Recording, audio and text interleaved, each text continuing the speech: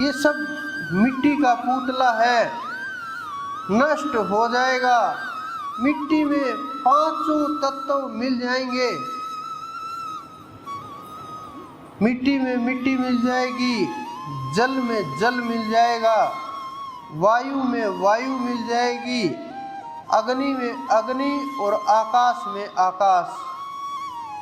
शेष क्या रहेगा? शेष रहेगा वो तत्व जो पूरे ब्रह्मांड के अंदर व्याप्त है, जिसको ये जीव भूल गया है।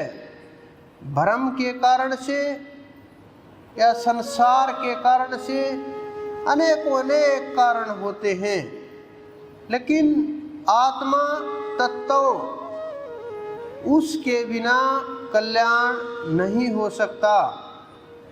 हम लोगों ने अपने आप को शरीर मान लिया है कि हम शरीर हैं और शरीर के माध्यम से ही सब कुछ है, होगा और हो रहा है। ये कसूर जीवों का भी नहीं है, ब्रह्म और माया का, आत्मा और शरीर का इतना तालमेल हो गया है, इतने नज़दीक हो गए हैं कि जब गर्भ के अंदर स्थापित हुए तभी दोनों तालमेल में आ गए। और जब तक ये शरीर से प्राण अलग नहीं हो जाते तब तक ये ऐसे ही तालमेल चलता है। और इस तालमेल से ही ये शरीर चल रहे हैं, ब्रह्मांड चल रहा है, प्रकृति चल रही है, सब संसार चल रहा है। ये जो संतानें उत्पन्न होती हैं, जो जीव उत्पन्न होते हैं, जो वंश चल रहे हैं, जो संसार को बढ़ा रहे हैं आगे, ये सब का सब कुछ दोनों के तालमेल से ही होता है। लेकिन मानव जब पैदा हुआ तो दूध पीने लगा, उसके ऊपर निर्भर हुआ।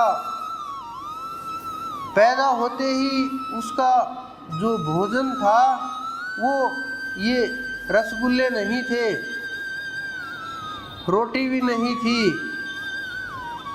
ये जो ड्राई फ्रूट है भिन्न भिन्न प्रकार के ये भी नहीं थे, और कुछ भी नहीं था।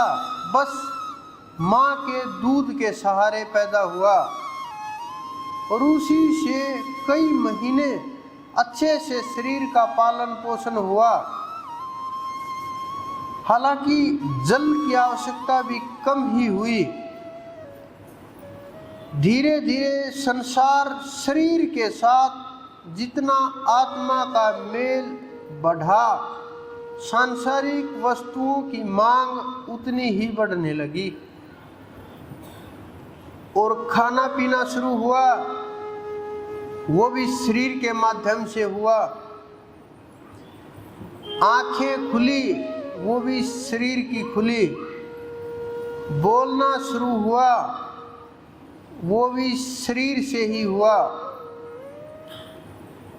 कदम रखे जमीन पर, वो भी शरीर ने ही रखे।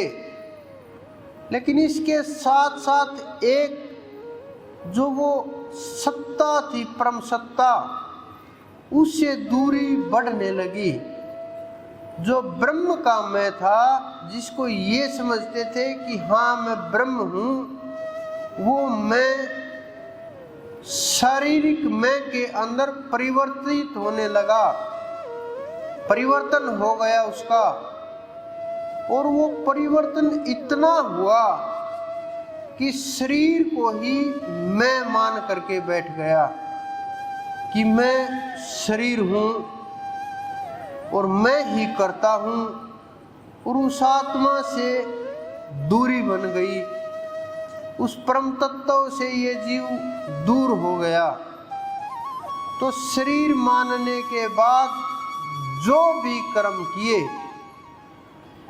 बचपन से लेकर के मृत्यु तक, चाहे शरीर स्वस्थ हुआ तो मैं स्वस्थ हूँ, शरीर बीमार हुआ तो मैं बीमार हूँ, शरीर ने भोजन किया तो मैंने भोजन किया, शरीर ने पढ़ाई की तो मैंने पढ़ाई की, शरीर ने और भोग किए तो मैंने भोग किए, शरीर के ऊपर वस्त्र डाल दिए तो मैंने वस्त्र पहन लिए, शरीर को सजा दिया तो मैंने अपने आप को सजा लिया।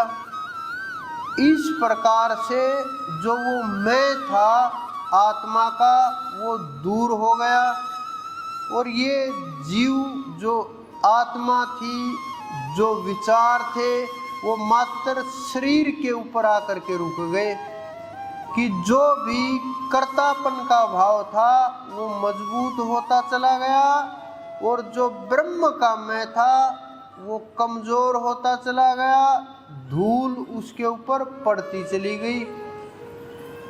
इस कारण से इतनी जो संसार के अंदर परेशानियां हुई, ये शरीर के कारण से, और जो हमारी नासमझी हुई इसके कारण से हुई।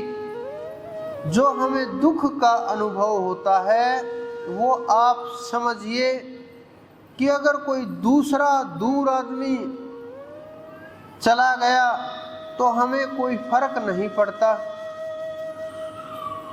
अगर कोई शत्रु मर गया तो खुशी होती है कि वो चला गया, पीछा छूट गया। कई बार क्या होता है, अपना कोई रिश्ते नातेदार, माता पिता या कोई और इतना परेशान हो गया, बहुत ज़्यादा हालत खराब हो गई, वर्षों से चारपाई के ऊपर पड़ा है, सांसें चल रही हैं और रोग से इतना ग्रस्त हो गया जिसके ठीक होने की कोई उम्मीद ही नहीं। वो लोग परमात्मा से प्रार्थना करते हैं, हे परमात्मा इसको यहाँ से ले जाओ, अब तो इसको मुक्त करो। वो ये नहीं बोलते कि इस शरीर को छोड़ के चले जाओ, नहीं, इतना ज्ञान भी नहीं होता, इतनी समझ भी नहीं होती, और वहाँ तक जीव सोच भी नहीं पाता।